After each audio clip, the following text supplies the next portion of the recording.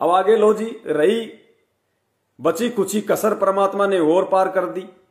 जिन लोगों को थोड़ी बहुत ये मन में वहम था, शंका थी कि भाई कबीर परमात्मा तो 650 साल पहले आए थे, जो दाढ़ी मूंछ वाले परमात्मा थे वो थे भाई कबीर परमात्मा। तो परमात्मा ने उसका भी निबेरा कर दिया कि पुण्यात्माओं, आप जो चित्र देख रहे हैं ये प्रभु का चित्र नहीं है, ऐसा चित्र नहीं है कबीर जी का। वो तो ना जाने कितने ही रूप बना के आ जाते हैं अपनी प्यारी आत्माओं को सतलोक ले जाने के लिए। सुनिए मंत्र को, विधेय मंत्र का, जो हम चित्र देखते हैं प्रभु का ऐसा चित्र नहीं है। जो हम चित्र देखते हैं प्रभु का ऐसा चित्र नहीं है। कौन सा चित्र देखते हैं हम तो एक ही चित्र देख पाते हैं, कबीर जी का दाढ़ी मूंछ वाला। द्वापर वाला चित्र तो है नहीं हमारे पास, ना कोई त्रेता वाला चित्र है, ना कोई सतयुग का चित्र है, कोई चित्र नहीं हमारे पास में।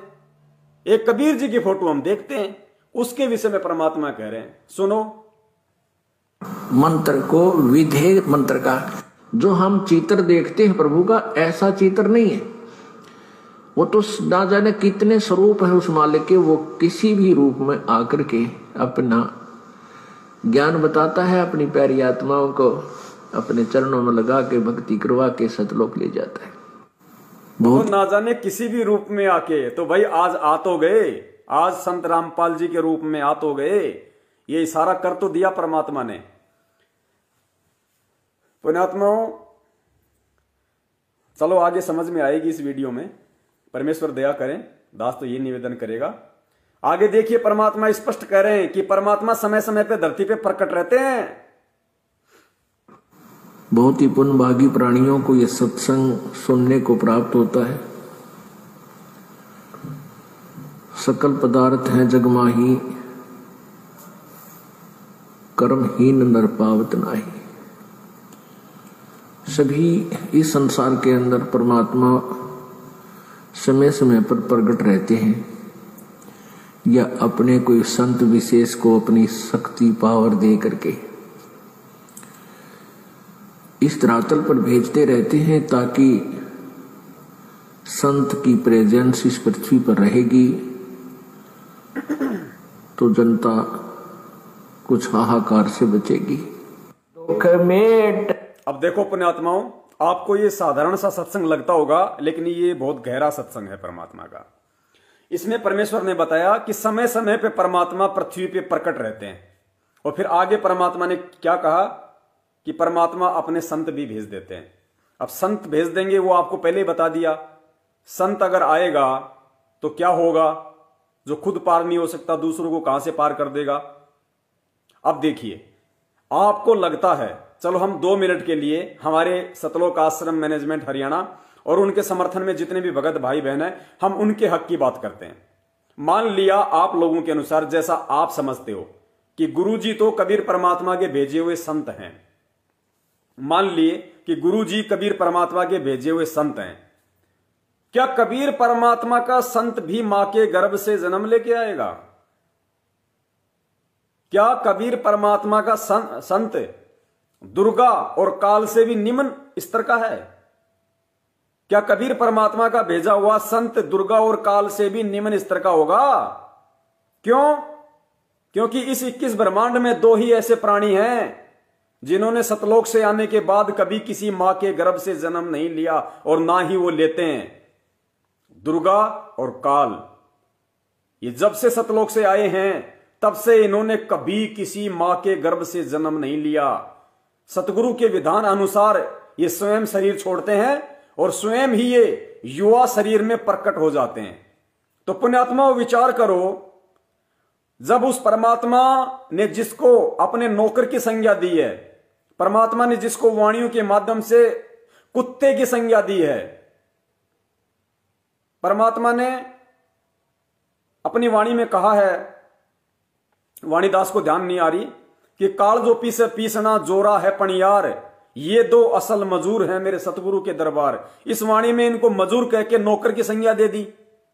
और एक वाणी है परमात्मा की कि हस्ती डर माने नहीं कुकर भूसे हजार, तो कुकर यहां पे परमात्मा ने काल के लिए लिया। और भी वाणियां हैं परमात्मा की जिनमें परमात्मा ने काल को कुत्ते की संज्ञा से नवाजा है, कि वो परमात्मा हाथी है और काल उसके सामने कुत्ते की जितनी हैसियत का है। जब तक आप हाथी पे बैठे रहोगे तब तक कुत्ता आपका कुछ नहीं बिगाड़ सकता। और कबीर परमात्मा का जो संत आएगा वो कितना पवित्र होगा। तो विचार करो, जब परमात्मा ने जिस दुर्गा और काल को अपने नौकर की संज्ञा दी है, काल भगवान को जिसने कुत्ते की संज्ञा दी है, जब वो दुर्गा और काल भगवान इस 21 ब्रह्मांड में किसी मां के गर्भ से जन्म लेके पैदा नहीं होते, जेर में लिपट के नहीं आते, गंदगी से लिपट के बाहर नहीं आते, तो कबीर परमात्मा जिस संत को भेजेंगे क्या वो मां के गर्भ से जन्म लेके आएगा? क्या वो दुर्गा और काल से भी निम्न स्तर का होगा? पुण्यात्माओं, ये बातें आपको सोक्ड होनी चाहिए, आपको विचार करना चाहिए इन पॉइंट पे। क्या कबीर परमात्मा का भेजा हुआ संत मां के गर्भ से जन्म लेके आएगा? क्या काल और दुर्गा से भी घटिया स्तर का होगा? तो भाई आप लोगों ने अगर संत भी माना गुरु जी को कि कबीर परमात्मा का भेजा हुआ संत है, तो वो संत भी प्रकट ही होगा। और तुमने तो उनका भी जन्मदिन मना दिया। आज ये बातें आपको चुभ रही हैं, बुरी लग रही हैं, क्योंकि आपने गलती कर दी। और बुरा उसी को लगता है जो गलती करता है, वरना सत्सेवकों को तो कोई बुरा नहीं लग रहा। हमें तो खुशी है कि हमने परमात्मा का प्रकट दिवस मनाया। गुरुजी ने क्या बताया सत्संग में? एक लड़की है गोरी, एक लड़की है सांवली। अब जो सांवली जो लड़की है, जिसका थोड़ा सा ब्लैक ब्लैक सा कलर है, उसको अगर कोई काली कह दे कि ये काली इधर आ, तो गुरुजी कहते हैं उसको बड़ा दुख होता है। और गोरी लड़की को कोई कह दे कि ये काली इधर आ, तो वो दुख नहीं मानती, उसको पता मैं तो गोरी हूं, ये प्यार में कह रहा है काली। और काली को काली कह दो, फिर वो दुख मान जाएगी। तन मन शीस ईस अपने पे, तन मन शीस ईस अपने पे, पहले में चोट चढ़ावे जब कोई राम भक्त गत पावे हो जी, जब कोई राम भक्त गत पावे हो जी।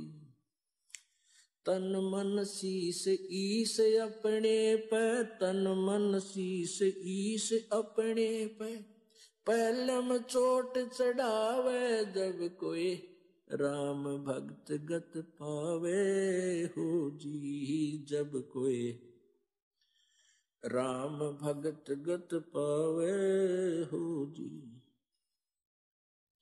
भाई सतगुरु तिलक अजप्पा माला, युक्त जटा रखवावे, सतगुरु तिलक अजप्पा माला, युक्त जटा रखवावे।